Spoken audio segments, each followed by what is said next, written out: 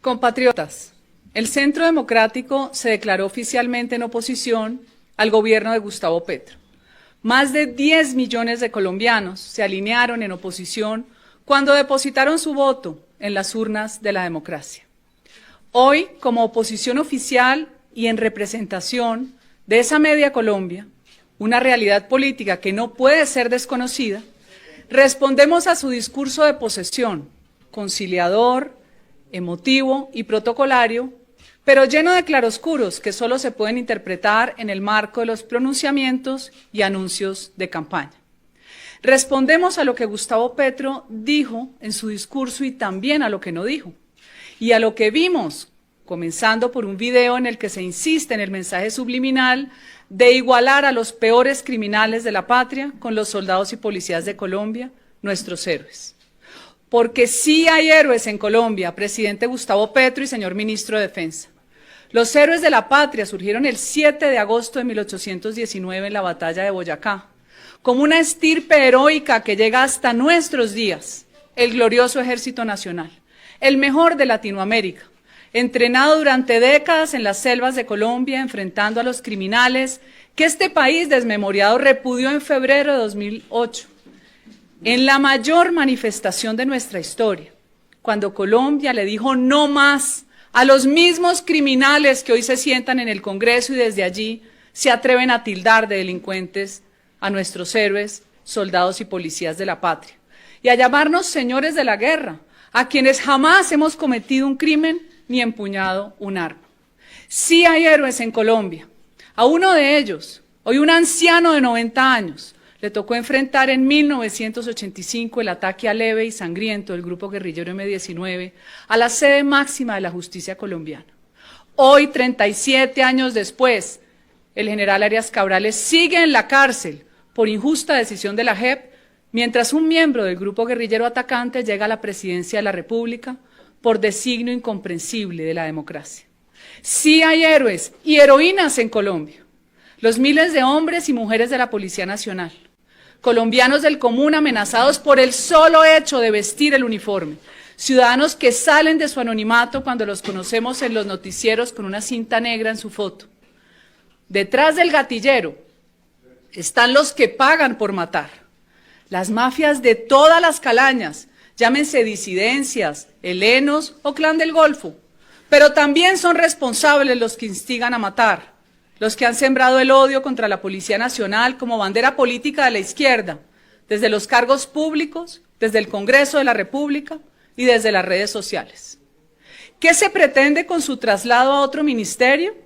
¿Acaso disminuir su capacidad de enfrentar el crimen? ¿Acaso limitar su capacidad de inteligencia y cercenar sus funciones de policía judicial?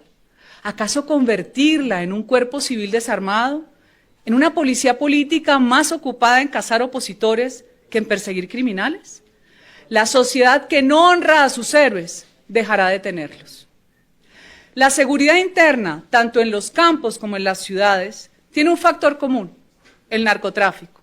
Aunque muy poco se habló de narcotráfico en la campaña electoral y tampoco en la propuesta política que hoy gobierna al país, como no sea para descalificar la fumigación con glifosato como una de las estrategias para combatirlo, que desde el gobierno Santos hace sonreír y frotarse las manos a las mafias, y para dar pasos hacia el perdón social de los narcotraficantes. ¿Quién asesina a los líderes sociales y ambientales en lo que ahora llaman la Colombia profunda, donde las mafias tienen sus guaridas, sus cultivos, sus laboratorios y sus rutas? ¿Quién desplaza y confina a comunidades enteras por temor a la violencia desatada por el control territorial? ¿Quién detenta el control social y político de la población criminalizada por las mafias que convirtieron a los campesinos en esclavos de la coca?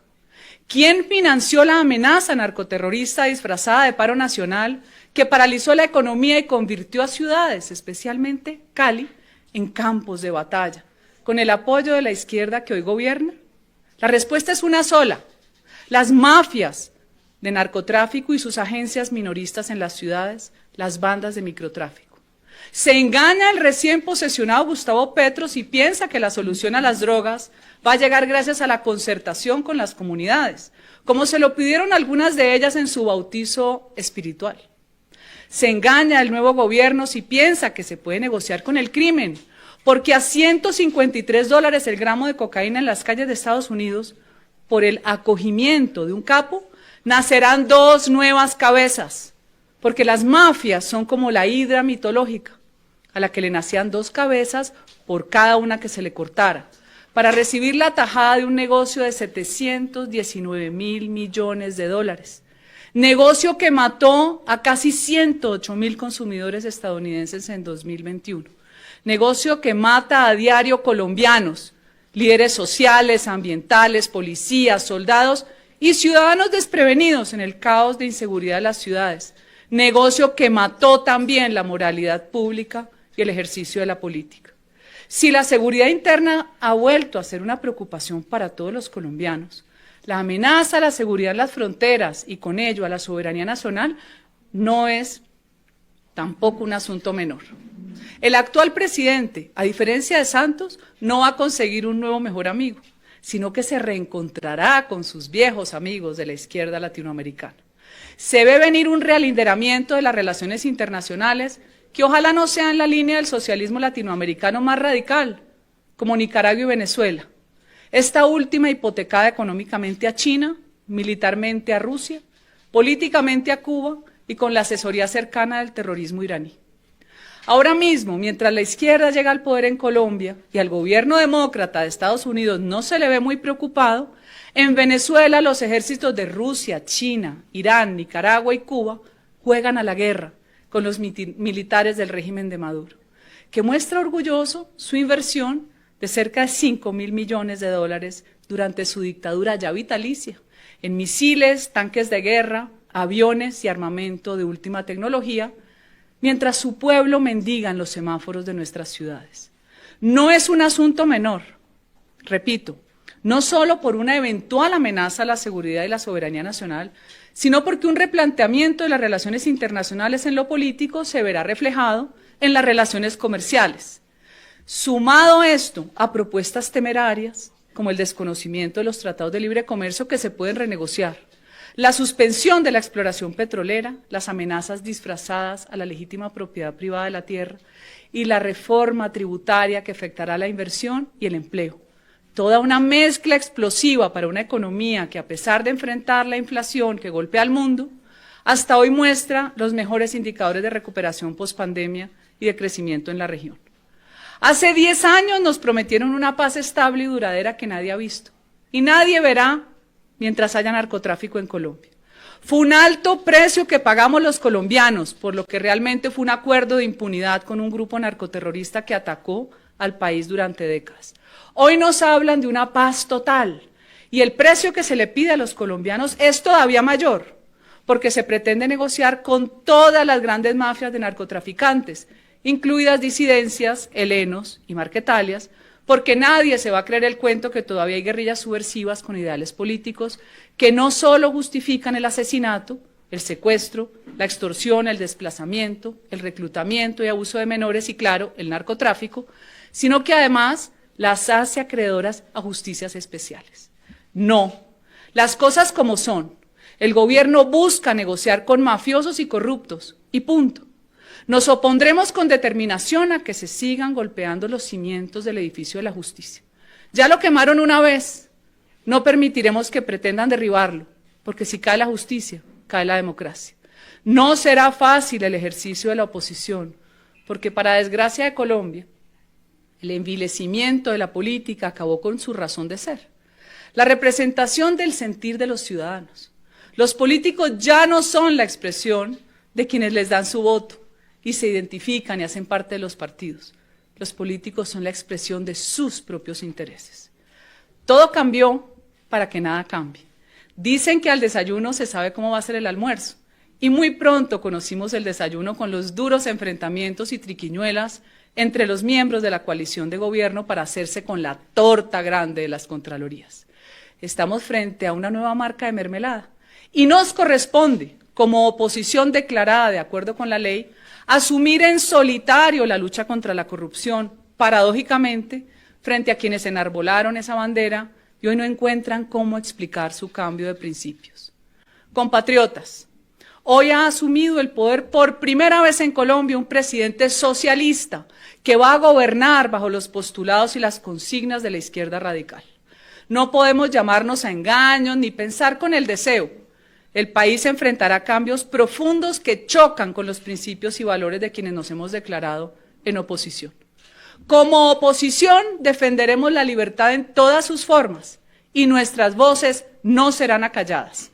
Como oposición defenderemos a la fuerza pública, donde los héroes exponen su seguridad personal y sus vidas para garantizar las nuestras. Como oposición rechazaremos aventuras de perdón social y acogimiento a criminales y corruptos, que es un irrespeto a los millones de colombianos que acatan la ley sin condiciones. Como oposición defenderemos la iniciativa privada, la libre empresa, la economía de mercado, así como el derecho a la legítima propiedad de todo bien y de la tierra en primer lugar, base de un verdadero desarrollo rural integral, un desarrollo que acabe de una vez por todas con la ausencia del Estado que ha permitido el surgimiento de las economías ilícitas y sus violencias.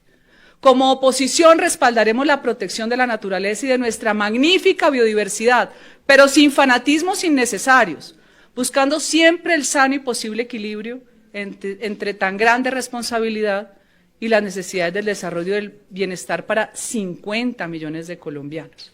Como oposición rechazamos el adoctrinamiento político en la educación, que pretende imponer un gremio que, como los políticos, también dejó de representar a los maestros de Colombia. Si rechazamos el informe sesgado de la Comisión de la Verdad, además, construido como plataforma política de Gustavo Petro, rechazaremos que se ha convertido en cartilla escolar, porque defendemos la verdad sin dueño, la verdad de los que no han sido escuchados.